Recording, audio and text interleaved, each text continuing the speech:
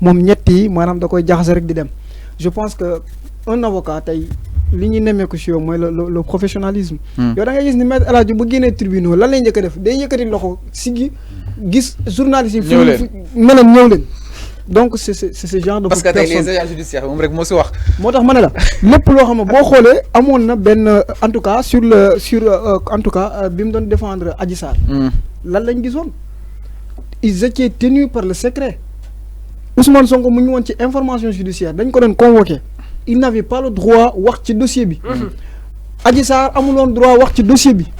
maître El Hadji mi nga xamante ne en tout cas quand tu as un avocat nu mu tudd sax qui agit de façon maladroite.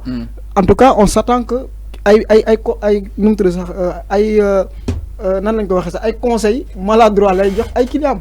nga gis ne Adji Sarr da doon génne di wax ci dossier bi. Ousmane Sonko ne désormais bu ci Adji Sarr waxee maître El Hadji wax si man dinaa si wax. donc ñu gis ne nit la koo xamante ne en tout cas moom il amul benn sens de discernement entre le professionnalisme et ce qui est d'ordre personnel en tout cas lenn moom wax nañ ko là il est comme ni nga wax la il est dans ses zones maanaam génn ni wax ni mais ñaa man maître El Hadji man du ma nangu seen attaque yi ngeen koy attaqué man parce que man dama jàpp man mi ngi c'est son approche en fait c'est son approche et que li ma def sa particularité lan mooy approche am génn nee na en tout cas pourvoi dina am loolu noonu il est dans ses droits mais yow imagine toi yow un avocat bi nga xamante ne yow nga taxaw ñu ne la ñëwal ci fee yow ngay ñëw ci vie personnelle des gens. non là moom je suis pas d'accord. et puis mais en ce qui concerne mu mener son show pour défendre son client là moom franchement. Maître El Hadji Diouf a toujours été l'avocat des indésirables. Maître El Hadji Diouf moo fi défendre Hissène Habré lan lañ ko doon jàppee. lan lañ ko doon topp. crime contre l'humanité parce que dafa ordonné woon gars yi tirer ci ay civil. maître El Hadji Diouf bu mu demee ba bëgg dossier Yaya Jammeh bi lan la fi waxoon mu génnoon temps yooyu noonu di fi def ay déclarations pour attirer l'attention de Yaya Jammeh parce que moom en réalité c'est comme ça il part à la quête du client surtout que bu xamee ne kii nii c'est un client fortuné. alors maître El Hadji Diouf moom noonu moo ñëwaat jëlaat dossier Adji Sarr bi yéen ko def ko bosam mu bëgg cee jaar nag def benn populisme en tout cas pour mën cee relever benn code de popularité parce que au début il était à l'Assemblée nationale il avait le droit de parler nit ñi dañ ko doon xool amatul loolu donc il lui fallait quelque chose qui lui permet d'exister mu jógee ci dossier boobu noonu tey ñi gisaat ko ci nu mu tudd sax l'affaire de Ousmane Sonko quant à maître El Hadji Diouf man je le prends jamais au sérieux du nit koo xamante ne man dama koy jàppee au sérieux et puis comme li ma wax la rek en tout cas acharnement bi lenn rek moo koy wane c'est que lui il peut pas supporter la personne de Ousmane Sonko et puis loolu noonu je le dis et je le persiste et j'assume lépp loo xamante ne dina découlé ci li may wax maître El Hadji Diouf ne supporte pas Ousmane Sonko au-delà de ça maître El Hadji Diouf il fait la confusion totale entre le populisme la politique et le droit amoo ci benn sens de discernement en tout cas bu loolu weesoo li nga xamante ne wax na ko ci pourvoi bi loolu noonu yoon may na ko en tout cas on attend les avocats sérieux que ñu wax ci moom bu ci yeneen avocat yi waxee parce que ñu doon xaar ñoom maître Yoro Diallo voilà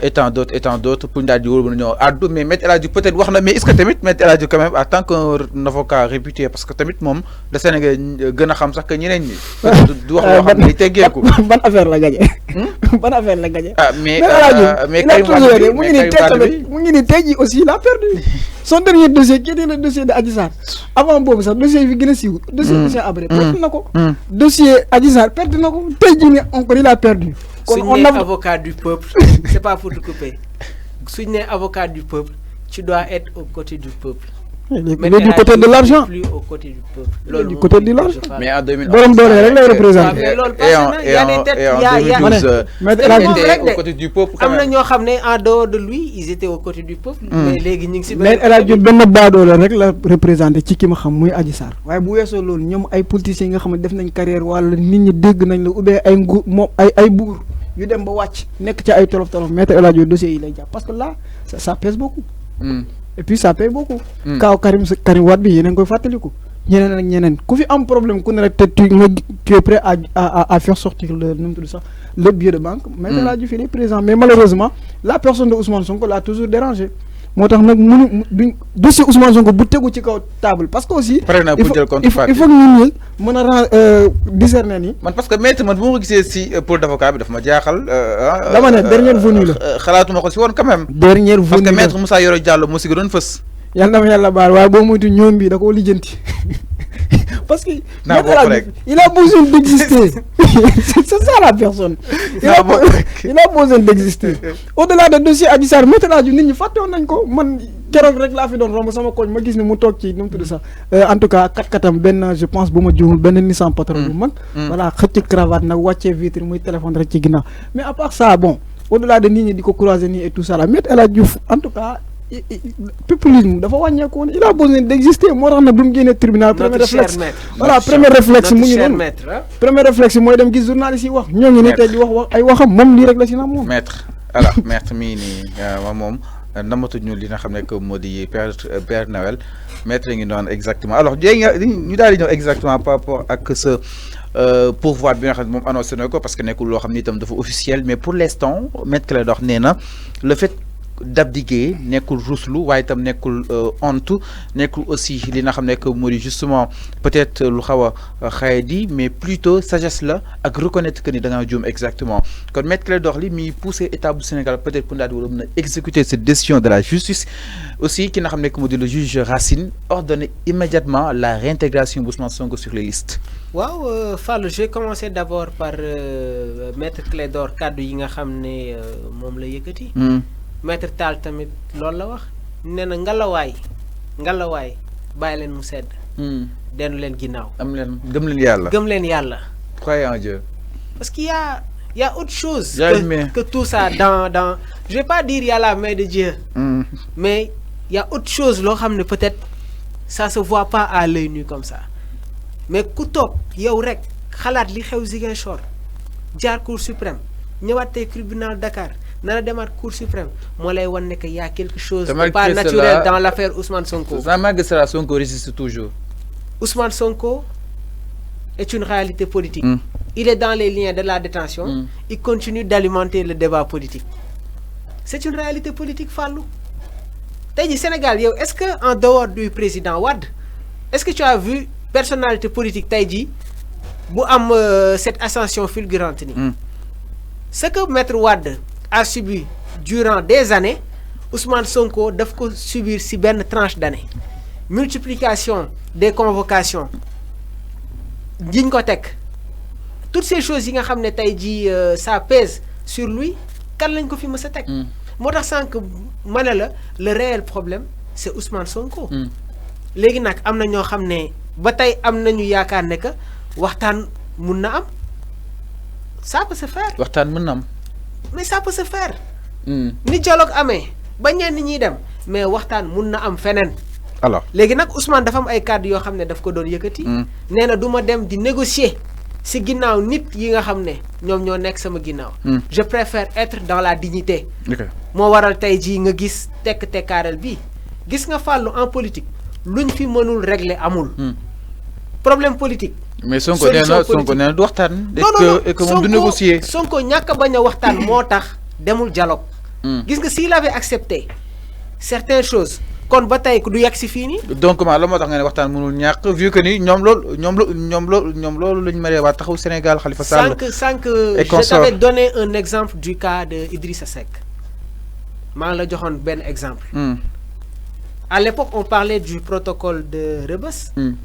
Aujourd'hui, quand le président Wade voulait rentrer en contact avec ki nga xamante ne moom moo Idrissa Seck ça se faisait dans les plus grandes discrétions. À l'époque, on parlait du protocole de Rebeuss. Le Parti socialiste seen temps bi ñu fiy nekk ñoom ils avaient ce talent du mythe. parce que am na fu dëkk bi doon toll Wade rentrer au palais présidentiel sans ce que les chefs yi nga xamante ne moom mooy le service de communication du palais présidentiel du ñu xam ne que sax maître Wade mi ngi biir palais parce que dafa day nekk ay contextes yoo xam ne c'est très compliqué et pourtant on réglait les choses. donc yaa ngi xalaat benn rapprochement léegi Fallou entre le président Macky Sall ak Sonko mais quand même est-ce que loolu ñi du nga ko jàppee benn que li nga xam ne que parce que trahison la waaye yow askan wi di ko reprocher ki nga xam ne que moo di Khalifa Sall quand même. Fallou xam nga sànq. je t'ai donné des explications ak ay exemples tey jii ñi nga xam ne ñoom ñoo demoon ci dialogue bi. est-ce que bi ñu jugee ci dialogue bi ni ñu meloon avant ak askan bi mel nañ ko tey jii. mais dafa am lu wàññeeku dafa am lu wàññeeku. sànq sa plateau ma dégg la nga ne Barth woo nañ ko convoqué nañ le 22. est-ce que suy dem ñi génnoon ànd ak moom dinañ àndaat ak moom déedéet duñu ànd ak moom. mais Sonko tamit su ma wuyu est-ce que tamit li tey Barth dund comme son sort risque pas peut-être pour mu daal dal Ousmane Sonko. c'est grâce à Ousmane Sonko que ñu bëri am fii nii seen poste Ousmane Sonko. mais dafa non xaar ma ñëw fàllu. ok dafa baataral campagne. ay nit ba ñooñu am poste.